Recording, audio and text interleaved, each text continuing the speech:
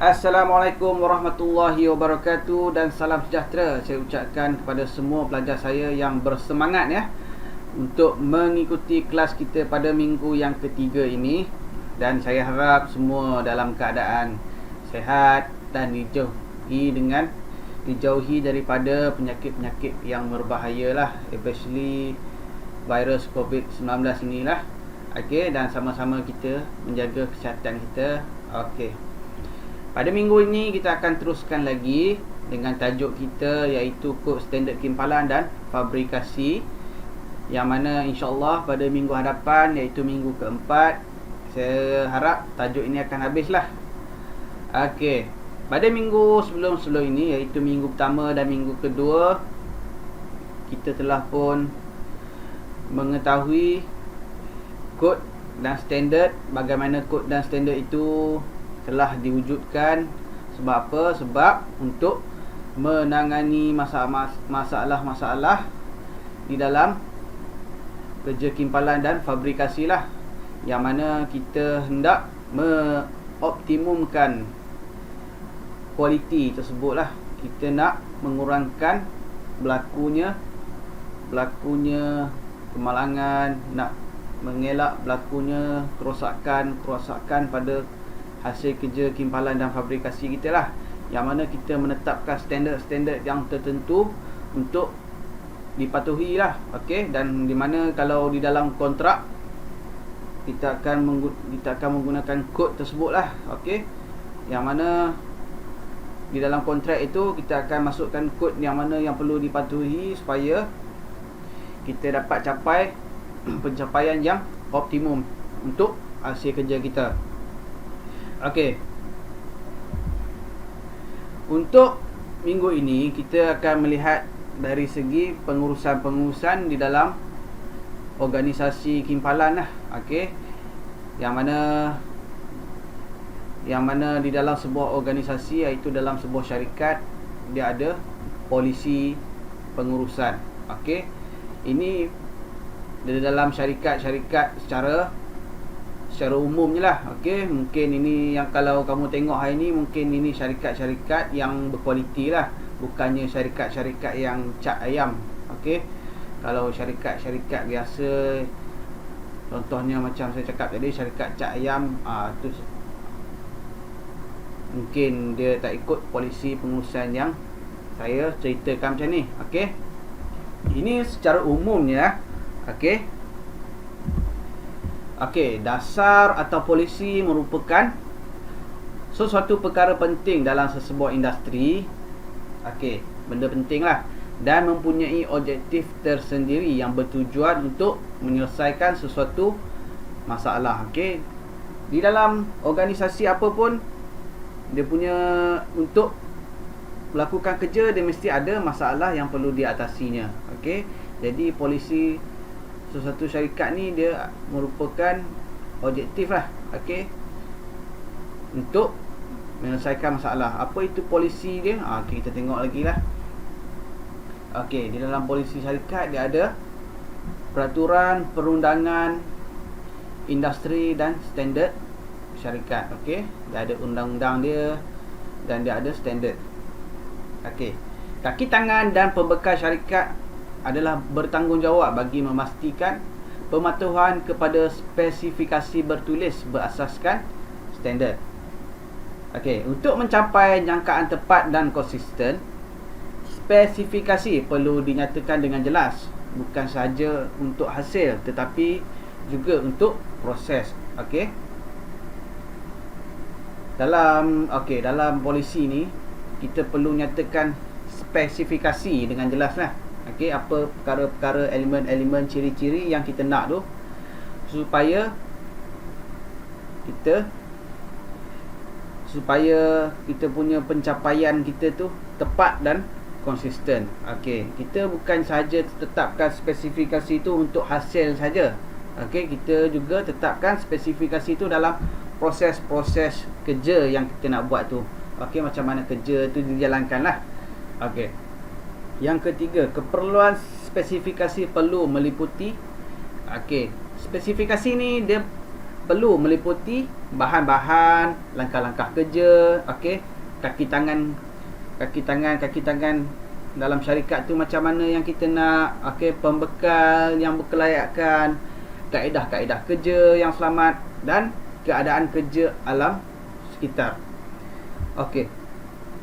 Standard juga memastikan bahawa keputusan dinyatakan dengan jelas dan bukannya amalan budi bicara. Okey, yang mana standard ini dia akan pastikan kita punya keputusan itu dinyatakan dengan jelas. Okey. Kita nak nyatakan suatu keputusan tu mesti berdasarkan standard lah. Okey, dalam standard tu dia ada lah dia punya poin-poin dia. Okey. Dan bukannya dengan amalan budi bicara. Maksudnya di sini kita nak nyatakan keputusan tu bukannya main ikut suka saja, okey, bukan asal boleh. Kita kena berasaskan standard. Okey, ini peraturan perundangan dalam syarikat lah dan standard syarikat.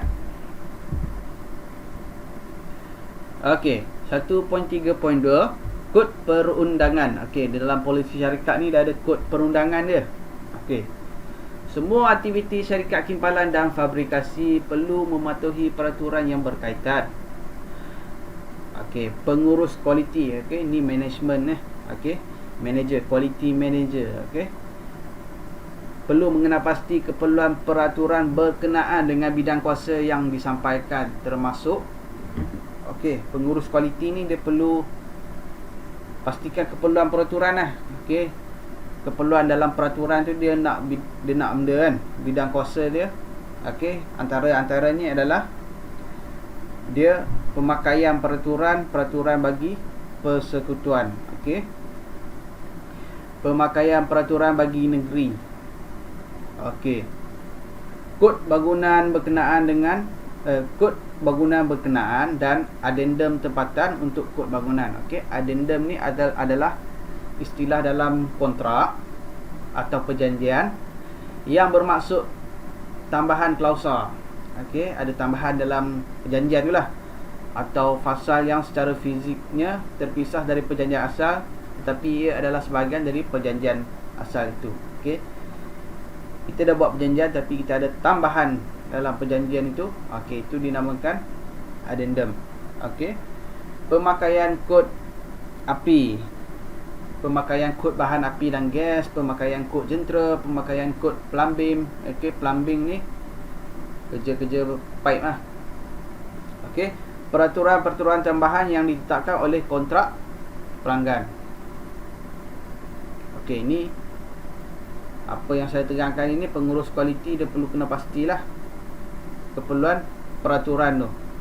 Okey, di dalam dengan bidang kuasa yang disampaikan lah. Okey, bidang kuasa dia apa? Okey, tengok senarai yang saya terangkan tadi lah. Okey, kalau kamu tak faham, kamu boleh WhatsApp saya lah. Okey, kod perundangan 1.3.2. Okey, pengurus kualiti dia perlu mengenal pasti keperluan kawal selia yang berkenaan dengan pekerjaan tertentu yang mana penyelia mempunyai akses kilang kepada kod dan peraturan kerajaan yang berkaitan. 1.3.3 Standard Quality Industry. Semua aktiviti syarikat kimpalan dan fabrikasi perlu mematuhi amalan mutu kerja baik yang diterima mengikut piawaian industri. Pengurus kualiti akan mengenal pasti keperluan tambahan untuk piawaian industri yang berkaitan dengan kerja khas semasa melaksanakan penjaminan kualiti yang tidak dinyatakan dalam kontrak spesifikasi teknikal atau lukisan yang diluluskan. Okey, ini kod peraturan dan piawaian industri ya. Okey, ini dia punya contoh lah.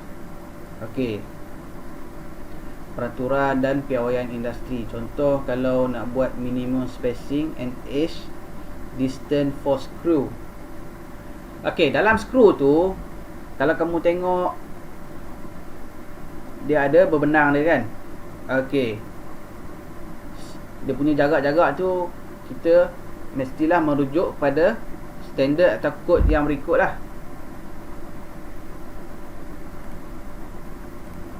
Okey, standard yang berikut ni contohlah.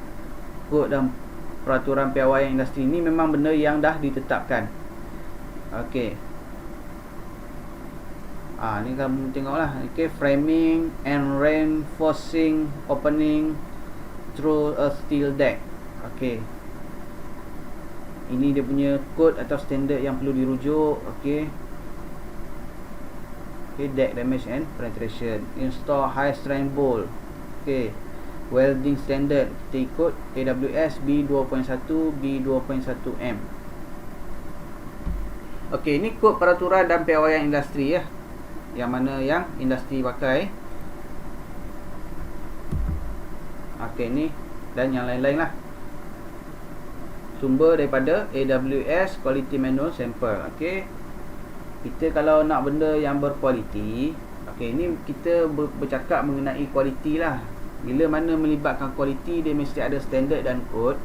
Yang mana setiap kerja-kerja yang kita perlu buat tu, kita perlu merujuk pada kod lah dan standard. Okey, ini antara contoh-contoh kerja yang perlu buat dan kod yang perlu dirujuk.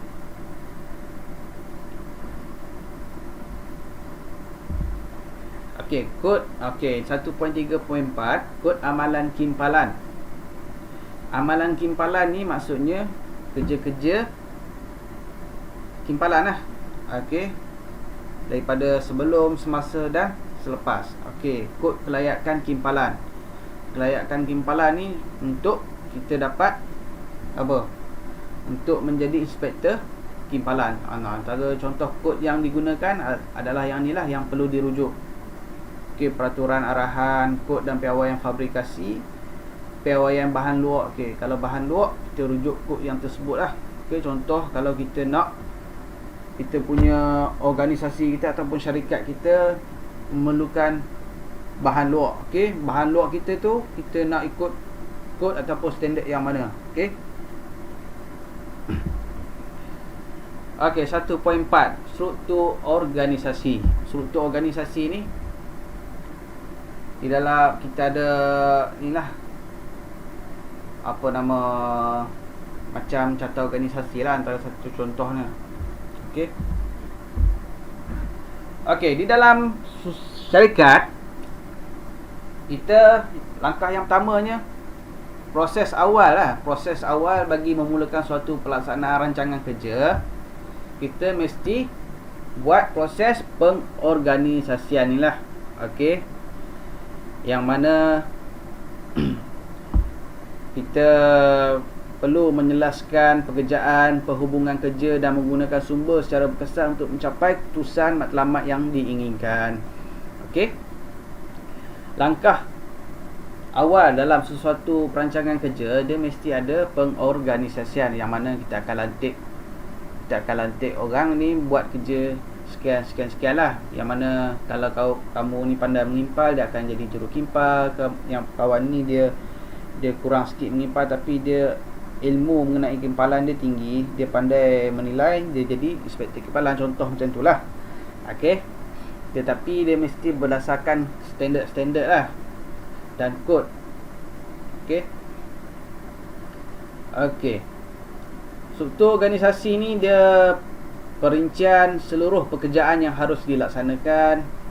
Okey, yang mana kalau kita nak dalam proses pengorganisasian ni, dia mesti perincikan seluruh pekerjaan yang harus dilaksanakan, pembahagian beban pekerjaan, matlamat yang harus dicapai. Dia ada 3 perkara ni lah.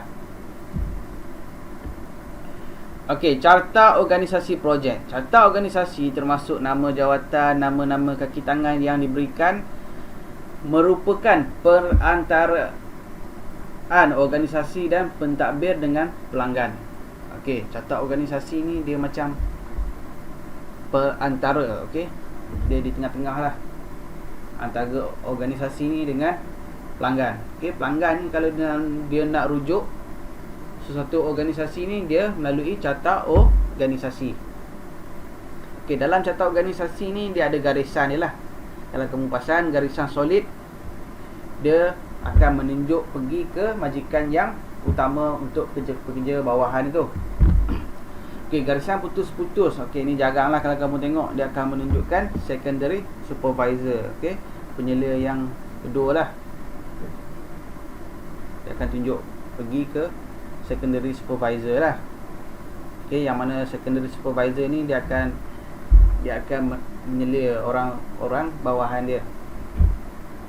Okey, pengerusi akan menilai keperluan kelayakan bagi setiap kedudukan pada carta organisasi projek. Okey, maksudnya pengerusi dia akan nilai lah keperluan kelayakan bagi setiap kedudukan pada carta organisasi tu. Dia bukannya main campak je, dia akan menilai dulu untuk tentukan kedudukan dalam carta organisasi tu. Okey, Rajah 1.1 menunjukkan carta organisasi asas. Okey, asas yang dicadangkan oleh American Wedding Society dalam Quality Manual Sample. Okey, dicadangkan presiden duduk atas sekali. Okey, bawah presiden dia ada safety manager, QC manager, project manager. Yang mana QC manager ni dia di bawah dia ada third party inspection and testing agency. Maksud third party ni agensi yang luar lah. Okey, dia akan lantik, dia cari mana company-company yang menjalankan inspection dan testing. Okey, dia akan carilah. Ni di bawah bidang kuasa QC manager. Okey, seterusnya project manager ni dia punya bawahan dia ada warehouse manager, iaitu penyelia gudang. Okey, welding pipe fitter and screw foreman, subcontractor and supplier. Okey, kita tengok lagi. Okey, pelantikan anggota utama projek. Okey, pengerusi sebuah syarikat akan membentuk pasukan pengurusan projek yang terdiri daripada, yang pertama, seorang pengurus kawalan kualiti macam kita tengok tadi dalam carta tadi. Yang kedua, seorang pengurus projek. Yang ketiga, seorang pengurus warehouse ataupun gudang. Yang keempat, seorang pengurus keselamatan jika perlulah. Okey, pengurus QC. Okey, QC tadi kawalan kualiti lah. Okey, kenapa saya tekankan kawalan kualiti? Sebab tajuk kita ni dia berkenaan dengan kualiti, yang mana dalam kualiti ni kita ada standard dan kod tadi. Bertanggungjawab. Okey, pengurus QC bertanggungjawab menilai kaki tangan kontrak bebas ke atas standard yang sama yang terpakai bagi pekerja. Okey, pengurus QC juga akan mengesahkan kelayakan bagi keupayaan seseorang pekerja untuk memastikan bahawa mereka mampu sepenuhnya memikul tanggungjawab yang diberi dengan berkualiti, iaitu pekerja tu mestilah berkualiti, dan kualiti yang ada adalah pengetahuan standard kualiti syarikat. Yang kedua, pengetahuan tentang tanggungjawab kerja dan kuasa. Yang ketiga, menunjukkan kemahiran dan pengetahuan. Yang keempat, menunjukkan keupayaan. Kelima, menunjukkan keputusan. Yang keenam, latihan yang diperlukan. Yang ketujuh, pengalaman yang diperlukanlah. Okey, ini antara tanggungjawab pekerja itulah. Okey, ini QC ni dia perlu bagi tahulah kepada pekerja tu. Okey, pengurus QC lazimnya mentakrifkan kelayakan berkaitan kualiti bagi setiap perjawatan kerja projek yang memberi kesan terhadap kualiti. Pensijilan personal diperlukan merujuk pada jadual 1.8 berikut. Okey, pensijilan personel. Okey, maksudnya, okey, untuk menjadi kerja bahagian pipeline, sijil dia perlu berdasarkan kod ataupun standard API 1104. Okey, standard for welding pipeline and related facilities. Okey, welder of structure steel, dia AWS 1.1 ni. Inspector of Structural Steelwork. Okey, kod yang sama juga. Ultrasonic Inspector. Okey, pensijilan personel ni dia mestilah apa nama, bukannya seberangan lah. Sijil tu mesti mematuhi kod tersebut lah. Okey, dalam kod tersebut dia adalah apa kriteria-kriteria yang perlu dilakukan untuk seseorang tu untuk mendapatkan pengesahan sijil tersebut lah. Okey, 1.5 tugas dan tanggungjawab kerja. Okey, tadi kita dah terangkan serba sedikit di dalam carta organisasi itu. Okey, ada jawatan-jawatan tadi kan. Okey, dan di sini dia punya tanggungjawab kerja dia. Okey, tugas dan tanggungjawab kerja meliputi 3 aspek di bawah ini. Yang pertama, komitmen dalam pengurusan. Okey, dalam pengurusan. Yang kedua, fokus pelanggan. Okey, pada pelanggan kita. Yang ketiga, dasar kualiti. Okey, dasar kualiti tu yang mana kualiti yang perlu kita patuhi itulah. Okey, dan berdasarkan dan mestilah mematuhi kod dan standard. Okey, komitmen pengurusan. Okey, pengurusan eksekutif kanan dalam organisasi sebuah syarikat atau pengeluar fabrikasi perlu menunjukkan bukti komitmennya kepada pembangunan dan pelaksanaan sistem pengurusan kualiti dan terus menambah baik keberkesanannya dengan cara yang berikut. Okey, pengurus ni orang yang paling atas lah. Okey,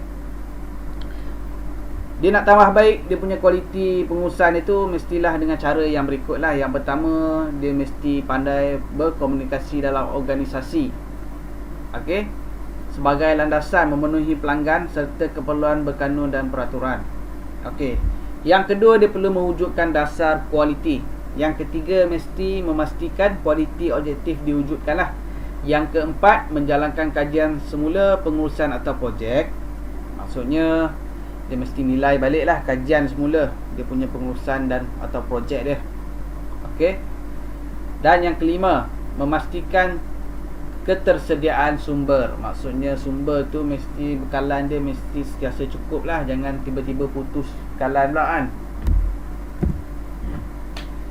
1.5.2 fokus pelanggan. Pengurusan eksekutif kanan perlu memastikan bahawa keperluan pelanggan yang telah ditentukan adalah dipenuhi dan dari semasa ke semasa dapat meningkatkan kepuasan pelanggan. Okey. 1.5.3 dasar kualiti. Dasar kualiti yang diluluskan dan disahkan adalah untuk memastikan bahawa ia sesuai bagi tujuan organisasi tersebut lah.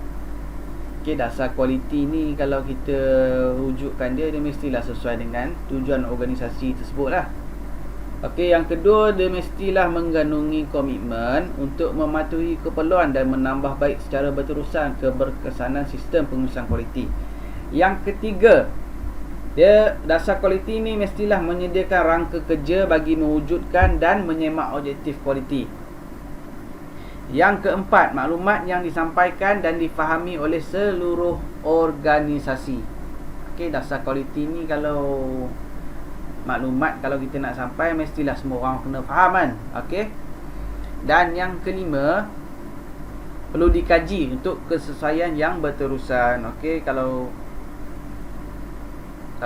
dasar tu mesti setiap tahun mesti kita kena kaji dan kita buat penambahbaikan supaya dia sesuai dan boleh guna secara berterusan.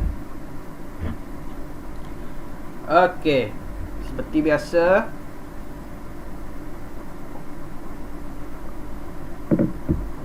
isi Google Form untuk kehadiran hari ini 23 November 2021. Kata laluan kehadiran 23112021. Okey, tanggungjawab personal kimpalan dan fabrikasi. Okey, tanggungjawab pengurus.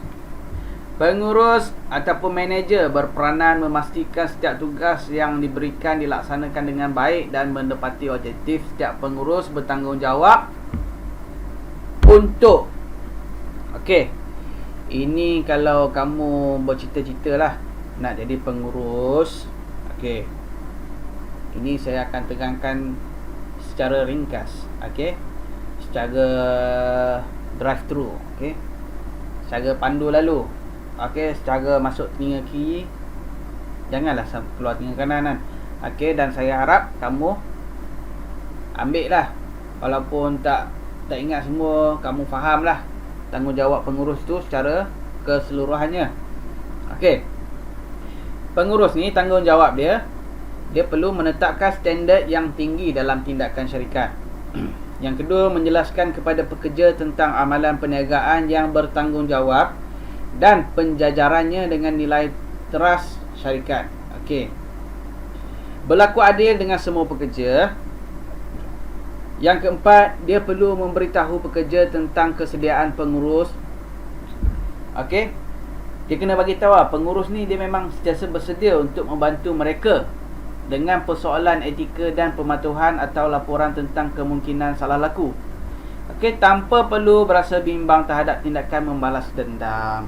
Okey, dia kena bagi tahu pekerja dia. Kenalah apa? Patuh. Okey, kenalah buat benda, sesuatu benda. Okey, ataupun lapor tentang salah laku. Okey, jangan risau dengan tindakan membalas dendam. Okey, dia kena bagi tahu pengurus ni dia takkan ambil tindakan lah pada kamu. Okey, kamu jangan risau kalau kamu lapor pada ni, kamu jangan risau kawan yang akan sebalas dendam pada kamu. Okey, saya akan rahsiakan pada kamu lah. Saya akan rahsiakan nama kamu. Contoh, si Ahmad ni dia bagi tahu pengurus dia. Kemudian pengurus akan tegur tindakan Abu. Okey, kemudian Abu ni persoal balik, siapa yang bagi tahu? Okey, pengurus ni dia kena backup lah siapa yang bagi tahu tu. Dia jangan bocorkan nama kawan yang mengadu. Okey, maksudnya pengurus ni dia kena bijak lah, jangan dia jadi bodoh, betul lah. Okey, dia perlu neutral, jangan jadi batu api. Okey, jangan jadi orang yang batu api. Tu contoh dia lah. Okey, tanggungjawab pengurus lagi, dia perlu menangani dengan wajar laporan berkaitan salah laku pekerja yang disyaki. Macam saya cakap tadi lah. Okey, seterusnya, mendapat bantuan dari kumpulan pengurusan apabila seorang pekerja membangkitkan persoalan atau menyuarakan kebimbangan yang mungkin sukar diselesaikan. Kemudian, mengambil tindakan yang wajar terhadap situasi konflik kepentingan pekerja untuk memastikan keputusan dibuat adalah demi kepentingan syarikat sepenuhnya. Okey, saya ada soalan. Okey, ini soalan saya ambil dari soalan pasia. Okey, pengurus merupakan jawatan tertinggi dalam organisasi dan merupakan individu penting. Jika anda seorang pengurus, okey, kalau anda seorang pengurus lah, apakah yang anda akan lakukan untuk memastikan tugas yang diberikan kepada pekerja anda dapat dilaksanakan dengan baik dan menepati objektif? Okey, apa yang benda kamu nak laksanakan pada kerja kamu supaya kerja dia orang tu menepati objektif? Okey, inilah kamu senaraikan ni, menepati standard apa semua ni, menjelaskan kepada pekerja tentang amalan perniagaan, berlaku adil dengan semua pekerja. Okey, kamu senaraikan benda ni lah. Kalau dia tanya 3, jawab 3. Tengok, kalau soalan tu 6 markah, kemungkinan satu jawapan 2 markah. Contoh macam tu lah. Takkan dia nak minta sampai 6, betul tak? Okey, ni jawapan dia. Okey, seterusnya, jurutera fabrikasi. Okey, maksud kejuruteraan fabrikasi ni adalah tentang penyelidikan, reka bentuk pembangunan, pengubahsuaian dan pemasangan produk fabrikasi untuk tujuan yang pelbagai. Tanggungjawab jurutera fabrikasi adalah sebagai sumber maklumat untuk individu yang mencari peluang yang inovatif dan mencabar dalam industri kejuruteraan. Okey, jurutera fabrikasi memainkan peranan penting dalam perancangan kewangan untuk setiap projek. Okey, dia terlibat dengan perancangan kewangan. Okey, dengan menyediakan anggaran bahan dan perbelanjaan yang berkaitan dengan projek. Okey, jurutera fabrikasi ini dia akan merancang dan melaksanakan jadual pengeluaran. Okey, di samping memastikan bahawa jadual ini menyediakan masa yang cukup untuk menyiapkan suatu projek. Kemudian dia akan membantu dalam penyelidikan, reka bentuk dan pembangunan produk fabrikasi. Okey, kemudian dia akan membantu jurutera reka bentuk dan mencadangkan langkah-langkah untuk membangunkan reka bentuk yang cekap dan dari segi kos estetik. Okey, jurutera fabrikasi ini dia akan menyokong kaki tangan pengeluaran dalam setiap aspek supaya produk akhir adalah sama dengan pelan induk reka bentuk. Okey, dia akan bantu kaki tangan pengeluaran setiap aspek lah supaya produk akhir tu sama seperti yang pelan asal dia. Okey, bertanggungjawab. Okey, dia ni bertanggungjawab untuk menyediakan spesifikasi bahan dan menguji kualiti bahan sebelum pengeluaran bermula. Okey, dan akan menghubungi vendor untuk berunding mengenai kos bahan lah. Kemudian dia akan memastikan bahawa bahan-bahan yang diterima pada masa yang ditetapkan untuk mengelak kelewatan dalam pengeluaran. Okey, juga diperlukan untuk laksanakan tugas-tugas pentadbiran. Okey, tugas-tugas pentadbiran tertentu iaitu menyediakan rekod, membuat pembayaran, menjadual, mesyuarat dengan pelanggan atau membantu dalam lain-lain aspek pentadbiran. Okey, jurutera fabrikasi ni kalau dia tak ada kerja, dia akan bantu bahagian tugas-tugas pentadbiran lah dalam syarikat. Dalam office, dia kena buat kerja office. Okey, kesimpulan tanggungjawab jurutera fabrikasi dirumuskan seperti berikutlah. Okey. Okey, ini kemahiran yang perlu ada dalam jurutera fabrikasi.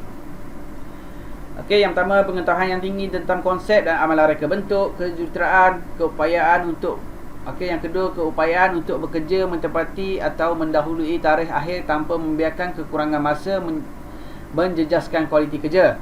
Yang ketiga, pengalaman mendiagnos dan menyelesaikan isu-isu reka bentuk dan fungsi yang timbul semasa menjalankan projek. Yang keempat, pendekatan yang positif dan mesra kepada rakan-rakan pelanggan dan orang awam lain dengan siapa dia boleh mempunyai hubungan yang kerap.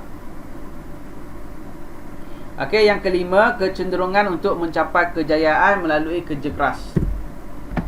Okey, seterusnya penyelia fabrikasi. Okey, tadi jurutera fabrikasi, sekarang penyelia fabrikasi. Okey, lain jawatan ni. Okey, dia tugas penyelia fabrikasi ni, tanggungjawab dia menyelia aktiviti fabrikasi iaitu fit up, kimpalan dan kerja mengangkat sama ada di bengkel atau tapak bina. Okey, menyelia operasi pemasangan fabrikasi, contohnya pemasangan paip. Mengkoordinasi aktiviti fabrikasi iaitu pemasangan dan prafabrikasi. Mengkoordinasi subkontraktor yang terlibat dalam peringkat pemasangan.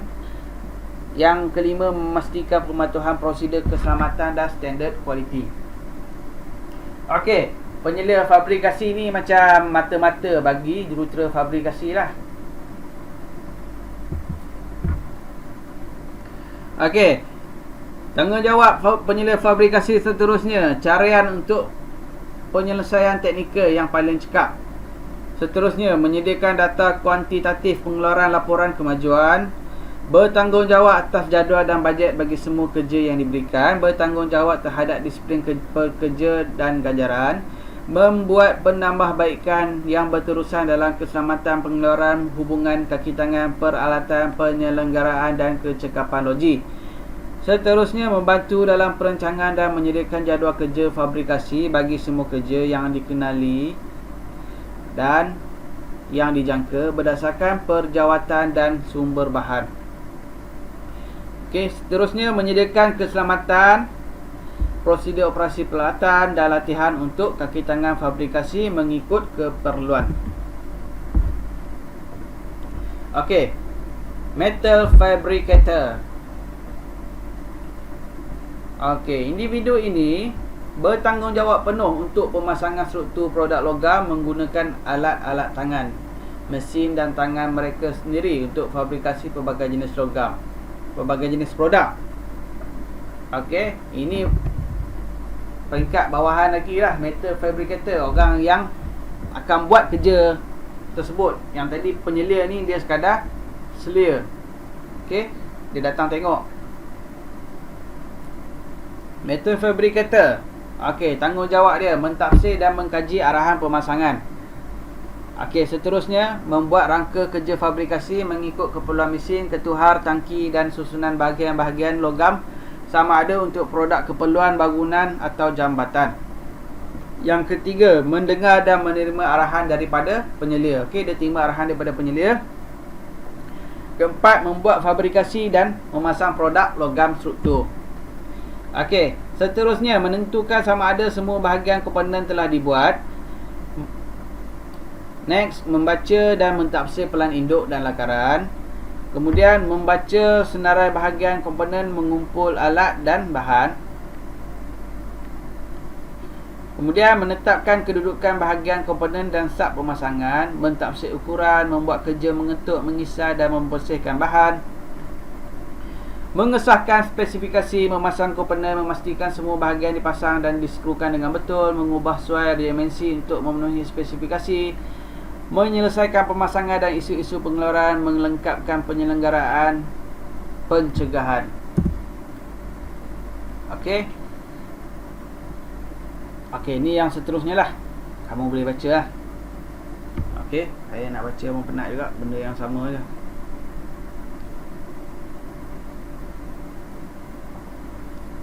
Okey, pendek cerita, metal fabricator ni orang yang kerja bahagian kan dia menggunakan tangan dia lah. Okey, menggunakan kemahiran hands on. Okey.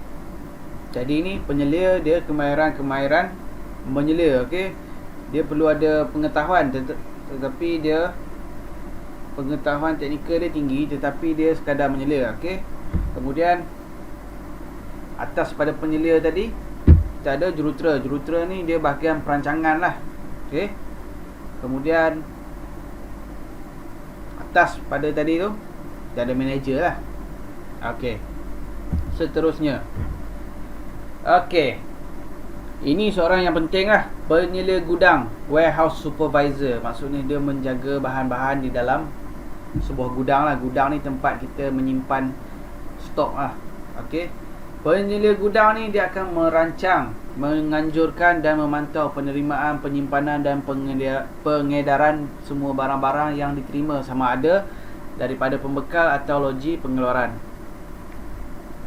Okey, memastikan operasi yang lancar dan konsisten supaya alat ganti dan bekalan mencukupi diagihkan kepada jabatan-jabatan yang betul dengan cara yang berkesan dan cekap bertujuan untuk memenuhi keperluan pelanggan dalaman dan luaran. Okey, penyelia gudang akan memantau penerimaan bahan, penyimpanan dan pengagihan bahan-bahan pengeluaran dan bahagian-bahagian servis setiap tahun. Okey, memantau bajet jabatan setiap tahun bagi memastikan perbelanjaan berada dalam garis panduan. Okey, menyelia pekerja dalam shift yang berbeza. Okey, fungsi utama penyelia gudang adalah mengekalkan struktur kaki tangan dan jumlah kaki tangan untuk menyelesaikan kerja-kerja gudang dan penerimaan bahan dengan cara yang berkesan dan cekap. Okey, menembuh bual dan mencadangkan pekerja untuk gudang dan kenaikan pangkat skim gaji. Yang ketiga, merancang dan menyelaraskan kerja-kerja latihan dan memberi motivasi, memantau dan menilai prestasi gudang dan penerimaan bahan syarikat, memastikan keupayaan pekerja untuk mengendalikan bahan dengan selamat, menggunakan kelengkapan pengendalian untuk mengalih bahan-bahan dari konfigurasi penyimpanan mengikut perundangan, rekod dan disiplin yang perlu. Okey, melantik ketua dalam kalangan pekerja untuk menyelia rutin harian dengan berkesan. Okey, dia akan mengekalkan struktur dan tahap peralatan untuk melaksanakan kerja-kerja gudang dan penerimaan bahan dengan cara yang selamat dan berkesan dengan menyediakan peralatan dan rak yang sesuai untuk memastikan pengangkutan yang selamat dan penyimpanan semua bahan. Seterusnya, dia akan memeriksa jentera pengendalian bahan untuk memastikan perolehan peralatan yang paling sesuai dari segi prestasi, keselamatan, kebolehpercayaan dan kos. Okey, dia akan memantau aktiviti unloading semua bahan-bahan kepada jabatan yang menerima bahan, memastikan bahan-bahan disusun untuk membuat pengiraan dan pemeriksaan, memastikan menerima laporan tepat berkaitan bahan yang diterima. Kemudian dia akan menyelesaikan pencanggahan dengan bahagian perakonan mengenai invoice, slip pembukusan dan laporan penerimaan. Okey. Seterusnya, penyelia gudang ni dia akan mengawasi aliran kertas kerja penerimaan bahan kepada kawalan inventory untuk kemasukan data tepat pada masanya. Okey, dan seterusnya lah. Okey, pendek kata penyelia gudang ni dia, kalau di dalam sekolah kita, dia macam tugas dia seperti seorang pegawai aset. Pegawai aset ni dia akan memantau segala aktiviti keluar masuk aset-aset, okey, di dalam bengkel lah, okey, di dalam sekolah. Okey. Kemudian pegawai aset ni dia akan melantik ketua bengkel. Okey, ketua bengkel ni lah dia akan memantau keluar masuk bahan-bahan luar dan sebagainya lah. Okey, cara penyimpanan bahan tersebut macam mana. Okey, dia perlu merekod. Okey, perlu tengok prestasi bahan tersebut lah. Okey, prestasi dia maksudnya kekerapan bahan itu masuk dan keluar. Okey, bahan itu bahan yang penting ataupun tidak. Okey, dan macam itulah. Okey, soalan: ramalkan 3 kesan yang berlaku jika seorang penyelia gudang tidak menyusun bahan dan peralatan dalam gudang mengikut peraturan yang ditetapkan. Macam mana? Disusun barang tak ikut peraturan. Okey, jawapannya, bahan dan peralatan tidak dapat disimpan di tempat yang betul lah. Okey, bahan dan peralatan tidak teratur akan menyukarkan kaki tangan melakukan kerja dengan selamat, akan menjejaskan keselamatan pekerja gudang. Okey, kontraktor dan pembekal. Peranan dan tanggungjawab kontraktor dan pembekal yang berurusan dengan pihak industri fabrikasi adalah seperti berikut. Yang pertama, mematuhi atur arahan serta garis panduan mengikut jenis kerja yang telah disediakan oleh pihak industri. Kemudian, melaporkan kejadian dan insiden yang berlaku semasa menjalankan kerja di dalam kawasan industri. Yang ketiga, memberi latihan secukupnya kepada pekerja berkaitan keselamatan dan kesihatan pekerjaan. Keempat, membekal dan memastikan pekerja memakai alat perlindungan diri yang sesuai. Okey. Okey, itu saja untuk kelas minggu inilah. Okey, dan agak banyaklah teks yang saya perlu bercakap, dan saya harap, dan saya sangat-sangat haraplah, dan saya sangat hargai kepada mereka yang sanggup mendengar sehingga habis. Okey, saya punya tekak pun agak kering lah. Okey, sebab apa? Saya berada di dalam bilik dan saya terpaksa perlahankan kipas supaya dapat kualiti suara yang baik lah, supaya kamu dapat dengar. Dan saya harap kamu faham lah.